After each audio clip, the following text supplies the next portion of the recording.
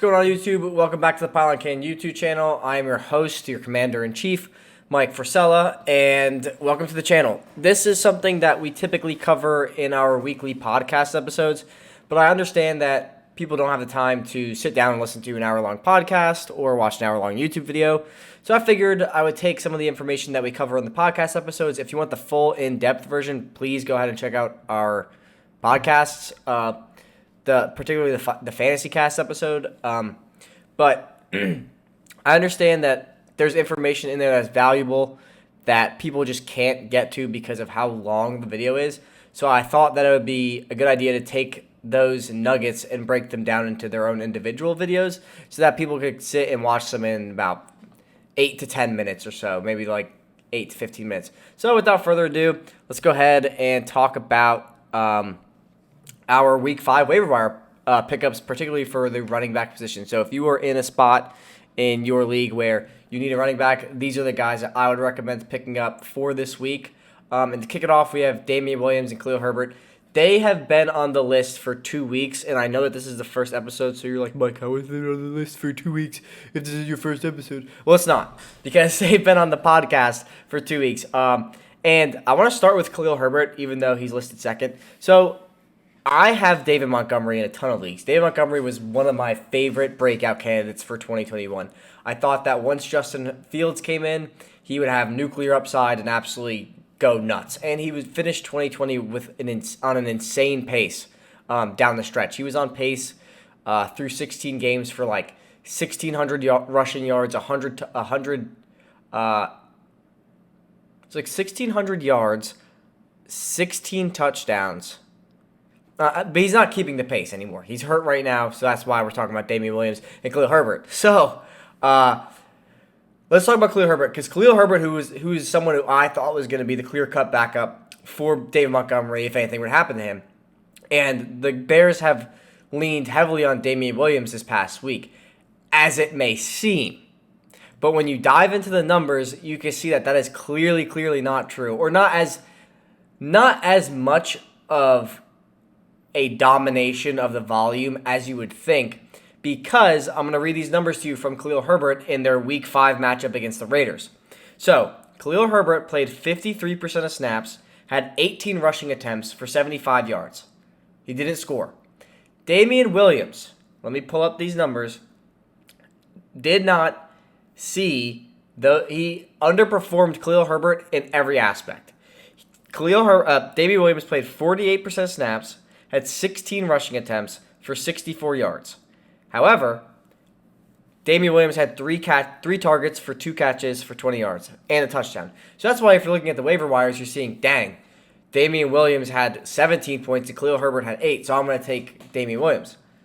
I don't think that that's going to be the case, because I think Cleo Herbert was brought in. They drafted him in the 6th round this year, the 2021 draft, to be the replacement for Tariq Cohen, because Tariq Cohen has been hurt. I think he tore his ACL last season, and he still is on the PUP list, so he is not seeing the field. He's not seeing any playing time, and I think that they don't need him anymore. The only issue is when Tariq Cohen comes back, he is on contract, so they're going to try to play him because he's on a contract deal. But that's what I want to talk about with those two, because I think that there is value in both of them. I think it's going to be like a who's going to outperform who type of deal each week, and then when David Montgomery comes back, he's going to completely take over the offense.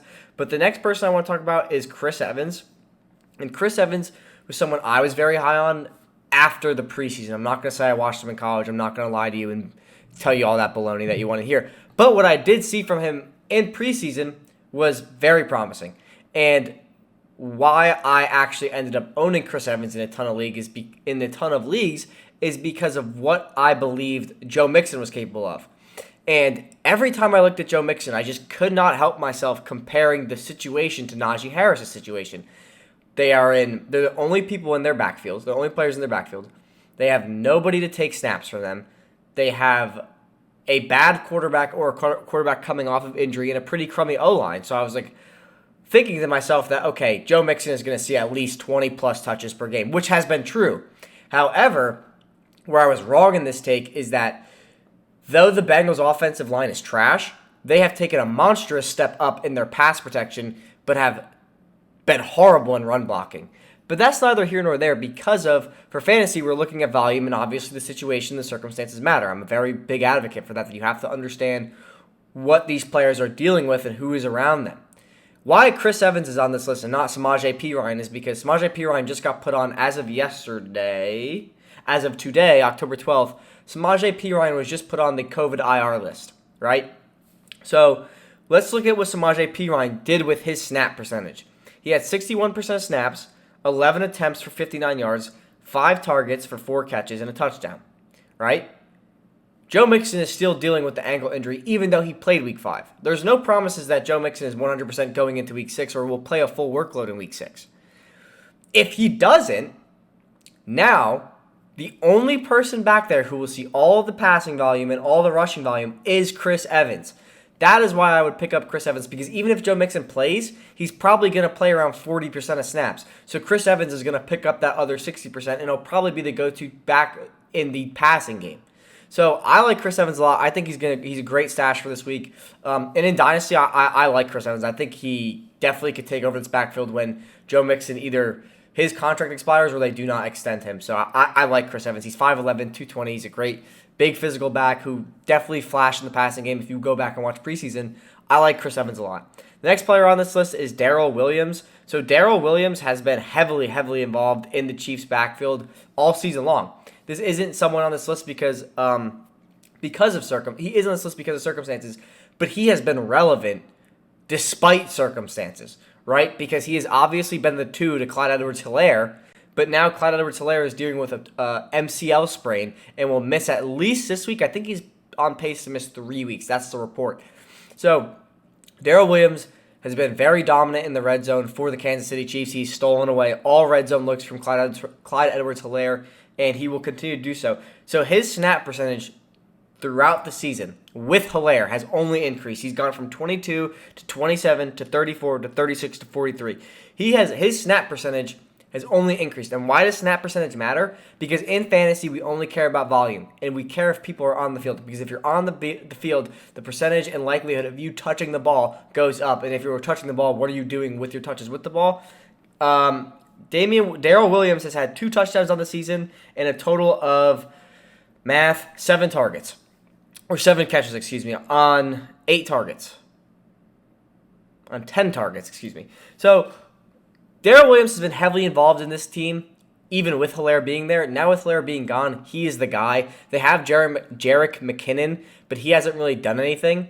So with all of that being said, I think Darrell Williams is a very good pickup for the next few weeks. He's kind of in the same exact boat as Damien Williams, except there's no Cleo Herbert to take anything away from him. So with all of that, I would go ahead and stash Darrell Williams. You probably could start him this week. They play Washington, which is a very favorable matchup for him. So I would go ahead and do that. The next player on this list is Devontae Booker. Devontae Booker is now fantasy relevant because Saquon Barkley got hurt again. He got hurt rolling his ankle after he stepped on someone's foot after a play. So he's out for at least 3 weeks, I think the report was. But so it happened right in the beginning of the game. So we basically saw a whole workload of Devontae Booker and what that looks like. And the numbers are pretty good, to be completely honest with you. He played 88% of snaps. He had 16 attempts for 42 yards, which is kind of trash. But he had 1 touchdown, 4 targets, 3 receptions, and another touchdown. So Devontae Booker is someone who, a very reliable back. He's not gonna go out and score or run for 1 billion yards, but he does have pretty good fantasy value. When he had to step up, he wasn't a bad back for the Raiders last season, and this season in his first game where he was the guy, he dropped 20 points and had 2 touchdowns. And this is a situation where he probably has the most favorable situation of anybody on this list, and because of the Giants' circumstances, right? He scored 20 points without their best offensive lineman playing in Andrew Thomas. Darius Slayton is not playing. Sterling Shepard is not playing. Kenny Golladay is not playing. Mike Glennon is playing. So they're playing with their backup quarterback and their rookie wide receiver. So Devontae Booker is going to see an immense workload this week, even though they're playing the Rams. I think that Devontae Booker is definitely a player who's going to score you at least 10 points, given the volume he's destined to see. But if you don't like him, like, you don't have to pick him up. I think he's going to give you, all these players I'm expecting to give you at least 10 points, because that's what we're looking for in waiver wire pickups. We want at least 10 points from these players. And the last player on this list is Marlon Mack. I think Marlon Mack, though he is not in a situation currently to do anything, I would pick him up and hold him, because I think 2 weeks ago or last week, the Colts and Marlon Mack had mutually agreed to seek trade opportunities or to explore trade options. The Chiefs have come out today and said they are interested in Marlon Mack. So Marlon Mack will be moved. I really hope he doesn't get moved to the Chiefs, because that's not the most favorable landing spot for him. But like, if he went to the Dolphins, that's a great landing spot for him. Or these other teams who need a running back, there is the opportunity for Marlon Mack to come back and, score points and be fantasy relevant again. But those are the options I have for this week. Thank you for tuning in. Thank you for listening. Check us out on Instagram and Twitter, at @the_Pylon_Cam for Instagram, and at @Pylon_the for Twitter. A lot of these videos we condense and throw out onto Instagram in a cool little looking graphic so that you guys could see it without watching the video. The videos are for explanation and in-depth understanding of why I'm telling you to do this stuff. Twitter, we tweet out funny tweets, we give takes, and just cover games as they go along. And then if you're interested in our podcast, all of our podcasts are on YouTube, but they are also on Spotify under the Pylon Cam podcast. But thanks for watching, and come back in the next video. Peace!